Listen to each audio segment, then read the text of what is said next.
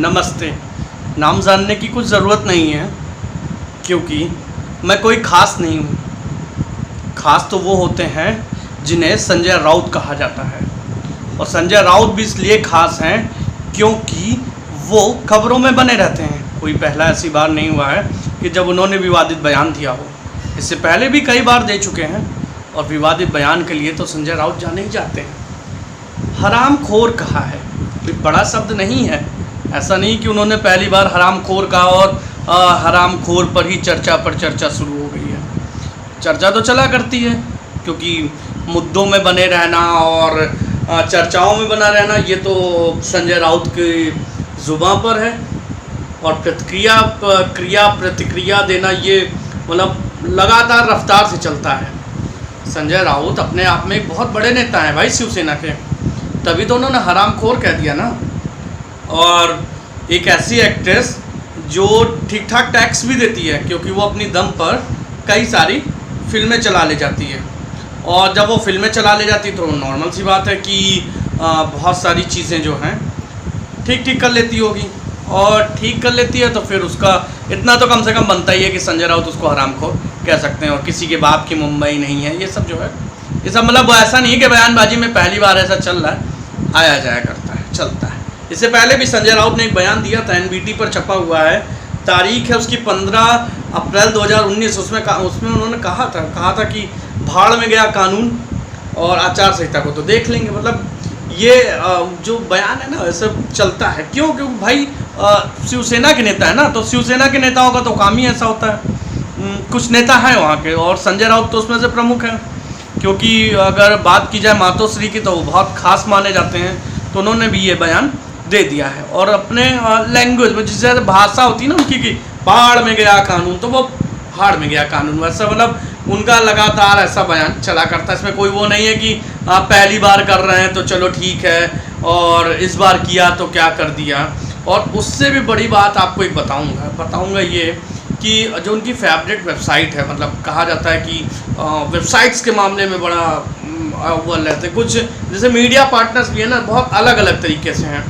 कोई बीजेपी के प्रो माना जाता है, कोई कांग्रेस का प्रो माना जाता है, कोई सपा का भी प्रो माना जाता है, तो कोई शिवसेना का भी। शिवसेना का तो सामना, मतलब अगर कोई भी बात कहने को रहती तो सामना में आके कह दी जाती। मतलब अगर मोदी जी को कुछ कहना है या बीजेपी को कुछ कहना है तो, और बीजेपी को लेकर भी बयान दिया करते हैं। इससे पहले अभी आपको बता दें, एक बयान आपको याद दिला देना चाहता हूँ, इस वजह से भी क्योंकि ये टाइम कोरोना का चल रहा है, तो कोरोना के टाइम में तो फिर कोरोना वाला बयान भी आना चाहिए। तो बयान ये था कि उन्होंने कहा था कि जो डॉक्टर्स हैं वो बेकार हैं, उससे अच्छे तो कंपाउंडर्स हैं। मतलब कंपाउंडर्स जो है वो ठीक है, क्योंकि डॉक्टर्स ने तो किया था ना, डॉक्टरों ने काम कर दिया था। क्योंकि जब स्थिति ख़राब हुई मुंबई की तब केवल कंपाउंडर्स देख रहे थे। ये बयान है उनका, संजय राउत का। संजय राउत का कहना ये था कि केवल कंपाउंडर्स ने पूरी मुंबई बचा ली थी। पूरे महाराष्ट्र में जो कोरोना फैल रहा था वो केवल उन्होंने बचा लिया था। किसने? केवल कंपाउंडर्स ने बचाया था। डॉक्टर्स तो वहाँ तो कुछ कर ही नहीं रहे थे, डॉक्टर्स तो ऐसे ही थे। मतलब ये तो कुछ शिवसेना के को कार्यकर्ता लग गए हों कोरोना बचाने में। ऐसा हुआ होगा, पक्का मानिए ऐसा हुआ होगा, तभी मतलब संजय राउत ने कहा ना कि कंपाउंडर्स, क्योंकि हो सकता है कि कंपाउंडर लोकल के रहे हों, यूपी बिहार से उनका ताल्लुक ना रहा हो। क्योंकि वहाँ तो ये होता है ना कि अगर आप महाराष्ट्र के हैं तो ठीक है, और यूपी बिहार के हैं तो फिर वो ना लात मार के कुछ भगाने वाला सिस्टम रहता। अच्छा, इससे पहले भी ऐसा नहीं कि केवल ये वाला बयान दे दिया कोरोना टाइम में, या उससे पहले उन्होंने कानून को भाड़ में जाओ कह दिया, ऐसा कुछ नहीं है। और कांग्रेस को लेकर भी कहा था, और कांग्रेस को लेकर कहा तो उसको BBC ने छापा था, क्योंकि BBC को भी जाना जाता है। 16 जनवरी 2020 में एक बयान आया था इंदिरा गांधी पर, और उस बयान में क्या कहा था उन्होंने कहा था कि राउत ने कहा था कि पूर्व प्रधानमंत्री जो इंदिरा गांधी हैं वो अंडरवर्ल्ड डॉन जो है करीम लाला से वो मिलती रहती थी। मतलब अंडरवर्ल्ड डॉन से भी उनका जो संबंध था, ये मतलब एक मतलब CBI होती ना, CBI से भी बड़े लेवल पे हैं संजय राउत। मतलब CBI का भी काम उनको पता है कि कैसे मतलब पूर्व प्रधानमंत्री जो इंदिरा गांधी थी उनके कैसे संबंध थे करीम लाला से, ये तक बता दिया। इसके साथ देखिए और भी क्या बताया, और ये बताया कि अंडरवर्ल्ड से बहुत अच्छी मतलब उनकी बनती थी। अंडरवर्ल्ड जो दाऊद वगैरह थे उनसे तो मतलब रिश्तेदारी थी, ऐसा करके बोलना।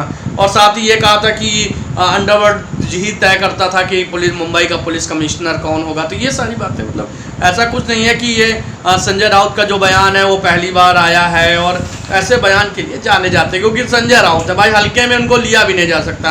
अब जैसे बोल दिया है कि आओ स्वागत होगा, करें, कंगना रनौत से बोला आओ तुम्हारे स्वागत के लिए इंतजार में बैठे हैं। इससे पहले एक और बयान आया था, वो पत्रिका में छपा था, और छपा कब था वो भी तारीख बताएंगे, क्योंकि तारीखों में बहुत मतलब जान होती है। कहा जाता है अगर तारीख नहीं है तो फिर सब बेकार है। तो 24 नवंबर 2019 को एक बयान आया था, उसमें कहा था बीजेपी जो है वो पॉकेट मार पार्टी है और आईसीयू में उनके नेता बैठे हुए। तो मतलब ऐसा नहीं कि संजय राउत केवल कंगना रनौत को लेकर कमेंट कर रहे हों या फिर बीजेपी को लेकर कमेंट कर रहे हों, वो कांग्रेस को लेकर, मतलब उनका बदजुबानी है वो लगातार जारी रहती है, क्योंकि कारण ही यही है। मतलब संजय राउत इसीलिए जाने ही जाते हैं, और बयानों की वजह से हो सकता है उनको ये लगता हो कि शायद जो पब्लिसिटी है वो ना मिल रही हो, तो कहीं ना कहीं किसी भी तरीके से पब्लिसिटी बटोरने का काम किया करते। तो मतलब शिवसेना के नेता हो सकता है पब्लिसिटी ना पा रहे हो। पहली बात तो पहली बार हुआ है कि जब सरकार में आए हैं, सरकार का मतलब कि जब उनका मुख्यमंत्री आ गया, तो फिर हो सकता है ना पब्लिसिटी भी एक बड़ा स्टंट हो सकता है। संजय राउत को लग रहा कि अगली बार मतलब अगर सीट वीट खाली हो तो कहूँ मैं ही बन जाऊँ, है ना। तो ये मतलब ये लगातार चल रहा है उनका। संजय राउत है वे कुछ भी कर सकते हैं, मुंबई आप नहीं जा सकते हैं, क्योंकि उनसे संजय राउत से पूछना पड़ेगा ना, उनके बाप की एक्चुअली में ये मुंबई है, तो हो सकता है उनसे पूछना पड़े। तो कुल मिलाकर मतलब साफ है। और संजय राउत के बयान पे मतलब हम लोग तो ध्यान ही नहीं देते ना, मुंबई जाना ही नहीं अपने को महाराष्ट्र से मतलब है नहीं। जब कभी जाना होगा घूमने फिरने तो देखेंगे भाई, पहले पूछ लेंगे आए कि ना आए, कहीं हरामखोर और ऐसी कोई गाली वाली ना दे दे, तो पूछ के आएंगे। तो इतना ही बताना था, कुछ खास है नहीं, और कुछ और ढूंढेंगे तो लेकर आएंगे, सामने बताएंगे, बातचीत की जाएगी। तब तक के लिए अपना ख्याल रखिएगा। बहुत बहुत धन्यवाद आपका।